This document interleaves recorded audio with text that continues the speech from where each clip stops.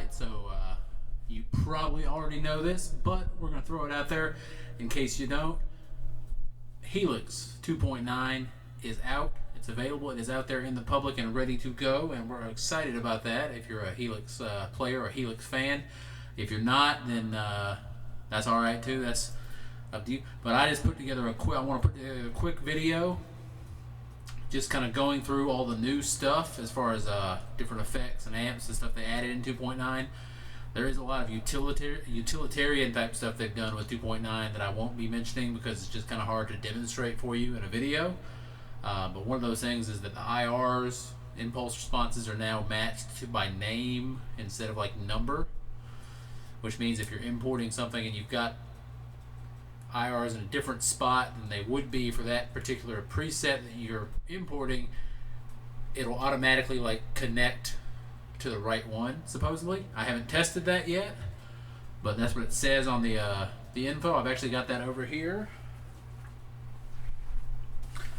There's also the output meters, which are useful. Again, I can't really demonstrate those on a video very easily though, so you can just check them out for yourself. There's the gain reduction meters for the compressors, which again, same idea, hard to demonstrate, but it is useful. Signal present clip indicators, useful. Command center changes where you can actually set it up. You can set a snapshot up as one of your stomps in stomp mode, or even a whole other preset. That's pretty cool. It definitely makes it a lot more versatile. I'm not sure how much I'll use that, but it is a good option to have. But all that aside, putting aside all that utilitarian sort of stuff that is cool but not very video friendly, let's just say, we'll go on and talk about the actual stuff that is in there. But real quick, I do want to say the update process, for me at least, was really easy. It was just pretty well plug and play. It updated really easily. The new way they set it up where you do updates through HX Edit is great. There's not any more of that fiddling around trying to find it. You just click a little button in the bottom right and boom, it tells you if there's an update. So that's cool. And one of the things they mentioned in here is that they've improved the startup time for the unit itself, and I definitely noticed that because normally I would have time to turn on the power strip that powers everything, get a guitar off the wall, put a strap on, plug in my wireless, turn it on, and the thing would still be loading. Now, by the time I get the guitar off the wall, it's ready to go. So that's good. Quicker load times is always a good thing because that means if something goes wrong and you have to restart it for some reason, it's going to restart quickly. And also, you're just not sitting there waiting around for stuff to get ready. So that's all the talking I'm going to do, other than just maybe mentioning what I'm playing through on here. For the clean amp, since there's only one amp added, which is the Revv Gen Purple, I'm using that for my dirty amp. My clean amp, I'm just using a Watt 100. I'm using both of the different cabs. I've actually got them set up where they can switch back and forth, toggle between them. Then I've got all of the distortions that were added, the dynamic, the compressor, the Rochester compressor. I've got that set up at the very beginning, and also the small stone phaser. Those are the main effects that were added. There's also a dynamic you can use for a split path, which is a cool thing from reading about it, but I'd have to fiddle with that a lot more to get it to work how I would want it to, so I'm not going to fiddle with that too much right now because this was quick. As I said, this is being filmed on 4/21/2020, so the day they released it. I just got home from work, got all the updates done, and just wanted to do a quick video sort of playing through the different, the quick preset I built with the different amp, and the different effects.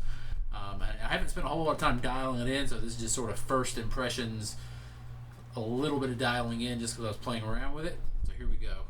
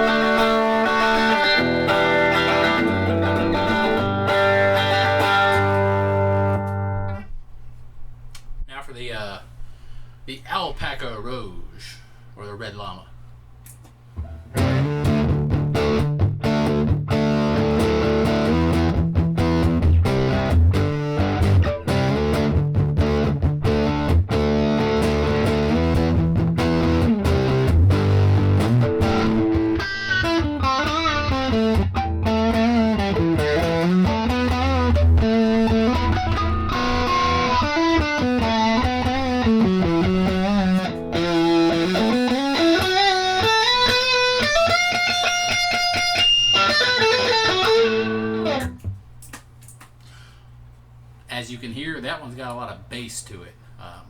So if you like bass or if you need bass, Alpaca Rouge might be the one to go for. Next, we're going to do the Legendary Drive, which is supposed to be the Steve Vai Carvin Legacy Drive. So here we go with that.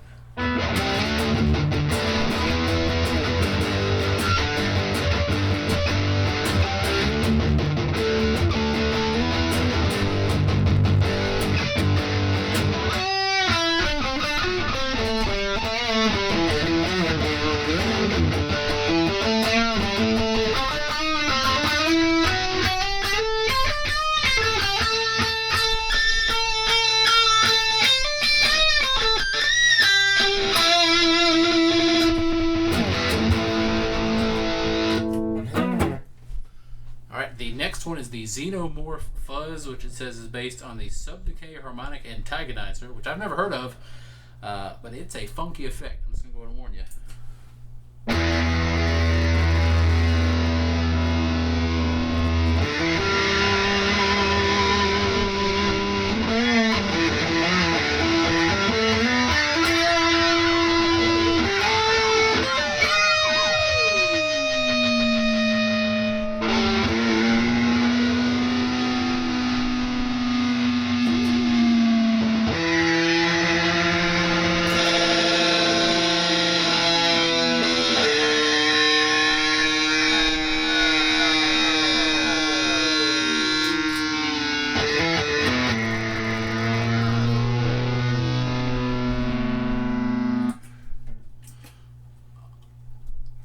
Now we're going to do the small stone or the pebble phaser. This is pre-amp.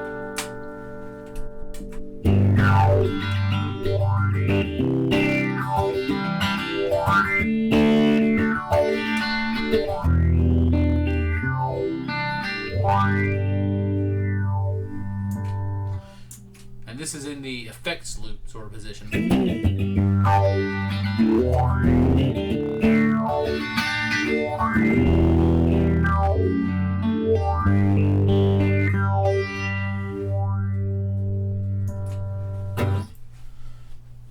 And you'll notice on a clean amp, that positioning doesn't really seem to have that big of an effect. At least I didn't hear it.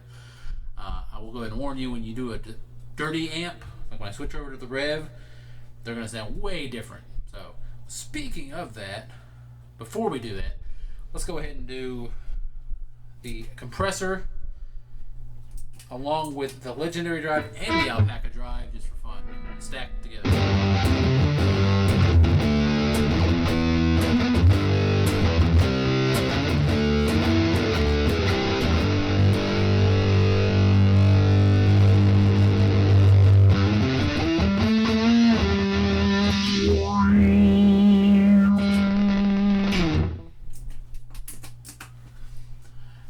Alright, now it's time for the thing I was most excited about 2.9, which is the Revv Gen Purple, because I love the Revv Gen Red. It's one of my favorite amps now, so I figure the purple's got to be good too. Here we go.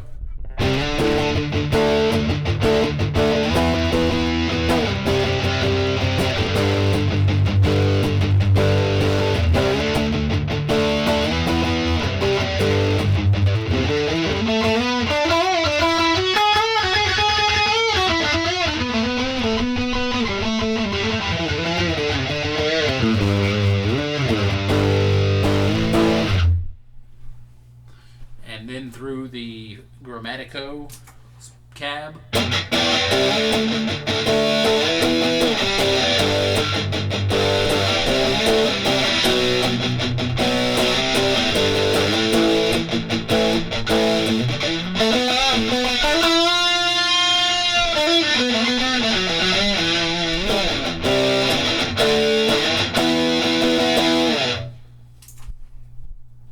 Not too shabby.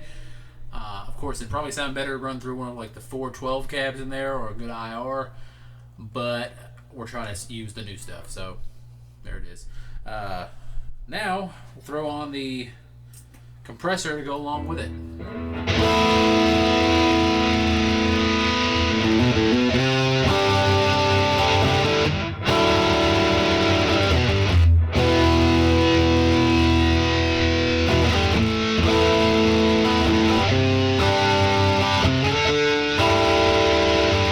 All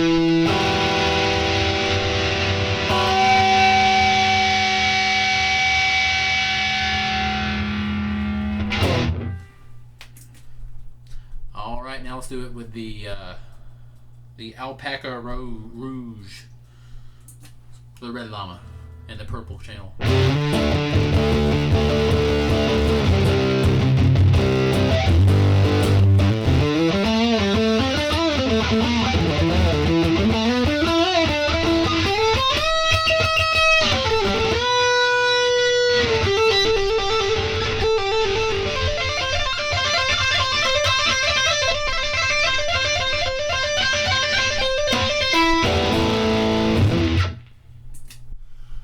Okay, so that combo is super bassy, in case you didn't notice, because the Revv Purple had a lot of bass to it, and then the Alpaca has a lot of bass to it, so you combine the two and you got a very bassy tone. So if that's what you're going for, cool. It'd probably sound great with a 7-string or an 8-string. Anyway, here is the Revv with the legendary drive engaged.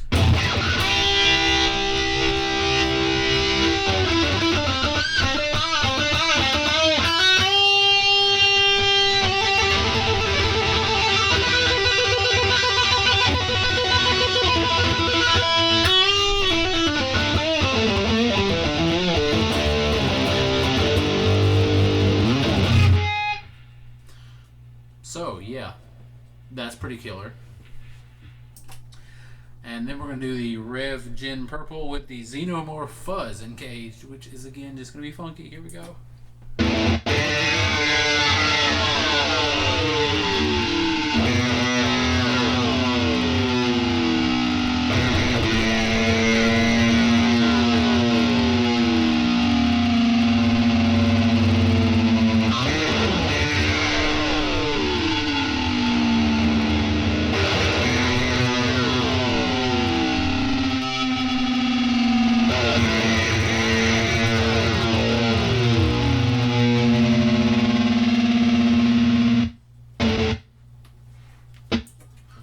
So there's that.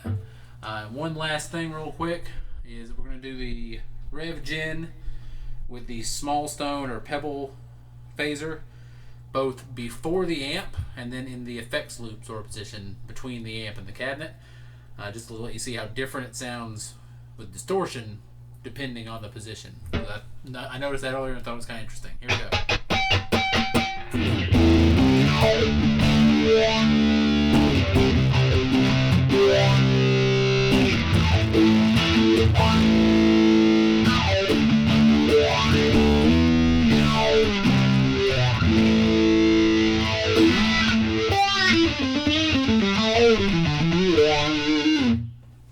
That is preamp. Here is an effects loop sort of position.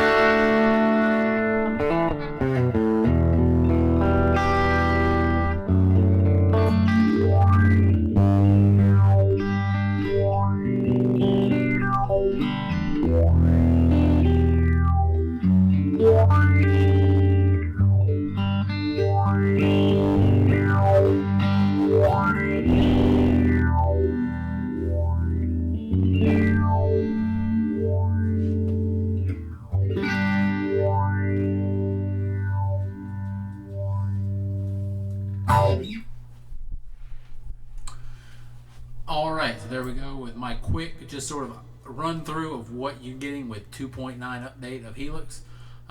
Again, this is just a quick sort of preset I put together with, an hour maybe to play around with it and tweak a few things. So it's not super customized or anything, it's just sort of basic ideas, and there's a lot of range with them. You can of course do whatever you want. Helix is super flexible. It's even more flexible now with some of the stuff they've added as far as being able to assign, a preset to your stomp or a snapshot to your stomp like that. That's pretty wacky. But anyway, that is this, and I'll probably at some point do another one of these videos and sort of see how these things work for bass, just because bass is a different animal. But y'all have a great one. Stay tuned. Stay in touch. Subscribe and all that if you want to see what comes up in the future. And if you got any questions or if you want anything like that, feel free to ask. Y'all have a great night.